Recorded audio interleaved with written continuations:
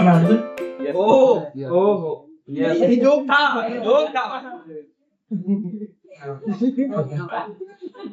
नमस्कार, मैं किशन और मैं अविवाहित हूँ।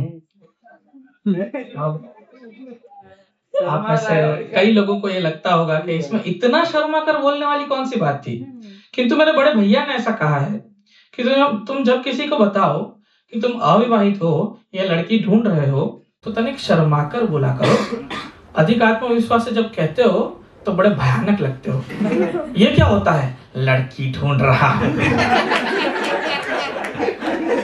यदि लय, लहजा या शब्द बदल जाए, अलग हो जाए, तो पूरी बात का मतलब ही बदल जाता है, कंफ्यूजन क्रिएट हो जाता है ना। जैसे आपने देखा होगा कि मॉल के बेसमेंट्स में, कई बड़े मॉल के बेसमेंट्स में टैक्सी कोलैबोरेटेड होती है। तो जैसे कैसा होता है कि आप डायरेक्टली बेसमेंट जाइए, टैक्सी बुक कीजिए और निकल जाइए। तो वैसे ही एक महिला ने टैक्सी बुक करी थी और बेसमेंट में जाकर उन्होंने जब डिटेल्स आई तो ड्राइवर को कॉल लगाया।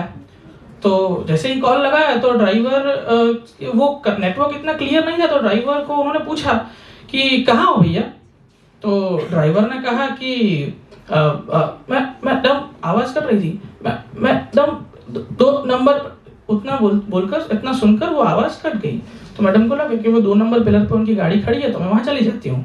मैडम गए, जाकर देखा तो गाड़ी की डिटेल्स मैच नहीं हुई वहां पर जो गाड़ी खड़ी थी उससे। तो उन्होंने वापस कॉल लगाया। अब की सही ढंग से बात हो रही थी तो उन्होंने पूछा कि भैया ये गाड़ी जो यहाँ पर खड़ी है वो तो अलग नंबर की है और जो बुकिंग डिटेल्स है उसमें तो अलग नंबर है। तो ड्राइवर भैया ने कहा कि अरे हाँ मैडम, वो हमारी गाड़ी तो 101 नंबर पिलर पर खड़ी है। तो उन्होंने कहा कि तो फिर तुमने 2 नंबर पिलर क्यों कहा था? बोले कि मैडम मैं 2 नंबर पिलर बोला ही नहीं हूँ, आपने पूछा आप कहाँ हो, आपने गाड़ी थोड़ी ना पूछा था और मैं 2 नंबर कर रहा था, तो मैं 2 नंबर कहा। कंफ्यूजन क्रिएट हो गया। So this is what happens कि लय, लहजा या शब्द यदि समझ ना आए या अलग हो जाए तो पूरा मतलब बदल जाता है।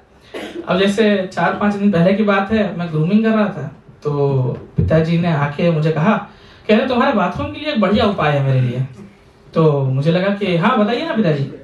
तो उन्होंने कहा कि तुम्हारे शीशे के बगल में ना एक कबाड़ लगा देते हैं, तुम उस पर अपना ट्रॉमा रख देना।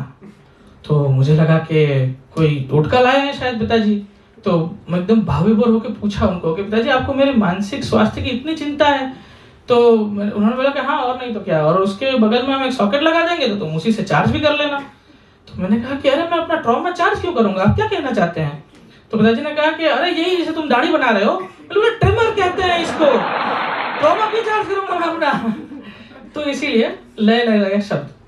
तो वैसे ही हुआ ऐसा कि जैसे इन्होंने मुंह बनाया तो मुझे और एक बात याद आ गई।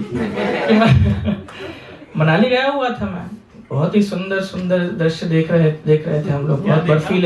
बहुत ही बर्फीले बता रहा हूँ मैं भैया, थोड़ा धैर्य रखिए।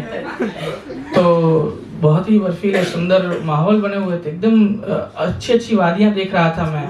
वहां पे जाके मैं एकदम खो गया था, निखालसता से सब बर्फ वगैरह को देखते देखते मुझे कुछ अलग अलग रंग की बर्फ भी दिखी।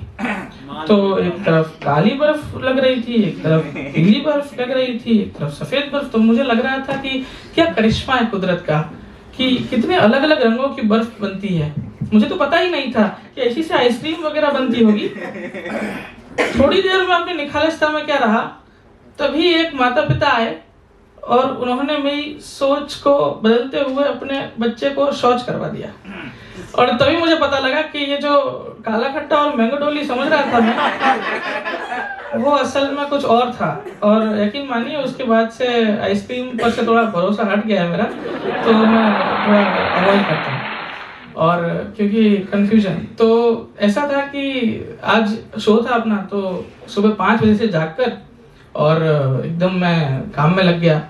पिताजी का बाहर का काम था वो करके आया, माँ की साड़ी को लॉन्ड्री में देके आया, भैया का कुछ काम, सब कुछ निपटाया मैंने। किंतु स्क्रिप्ट जो है मैंने बाहर आके ही लिखी है अभी, तो इसीलिए कंफ्यूजन यहाँ पे भी क्रिएट हो गया था। So thank you very much for listening, thank you so much.